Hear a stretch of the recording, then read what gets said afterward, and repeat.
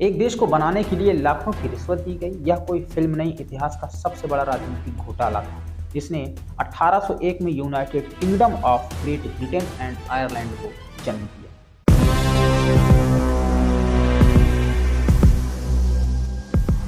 मैं अपनी मर्जी से कोई भी चीज़ नहीं बोलूँगा, आप खुद जाकर पढ़ सकते हैं, लिंक डिस्क्रिप्शन में है।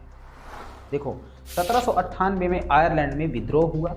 ब्रिटिश सरकार हिल गई। उन्हें डर था कहीं फ्रांस का नेपोलियन आयरलैंड को कब्जा कर ब्रिटेन पर हमला न कर दे।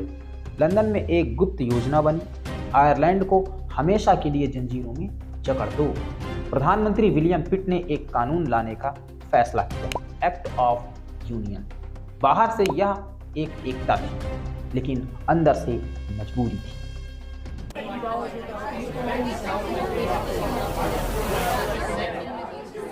आयरलैंड की संसद को यह मंजूर नहीं था, क्योंकि इसका मतलब था उनकी अपनी आज़ादी और प्रभुत्व का पूरी तरह खत्म होना। वे अपनी तकदीर का फैसला लंदन से नहीं चाहते।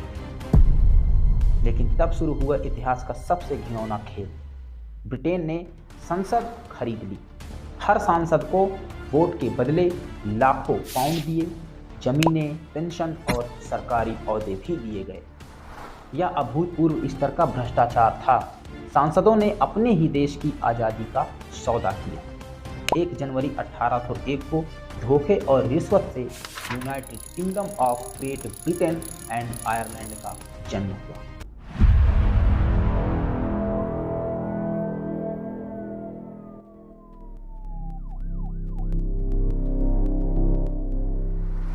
इस सौदे का नतीजा 120 साल बाद 1922 में निकला, जब आयरलैंड में गृह युद्ध छिड़ गया और देश 2 हिस्सों में बटा।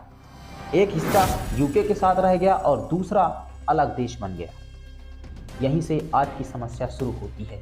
आज जब भी ब्रिटेन अपने पड़ोसी देशों से जुड़े बड़े फैसले लेता है, तो उत्तरी आयरलैंड की जमीन पर बनी वो छोटी सी सीमा सबसे बड़ा रोड़ा बन जाती है।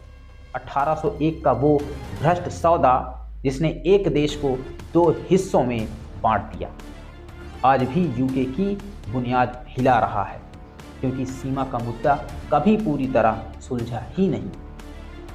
इतिहास सबूत है कि जब बुनियाद धोखे पर रखी जाती है, तो इमारत कभी स्थिर नहीं रहती। सत्ता के लिए किया गया 1801 का सौदा आज भी दरारें छोड़ गया है। सीमाएं कागज पर खींच जाती हैं, पर दिलों के घाव नहीं भरते। धन्यवाद।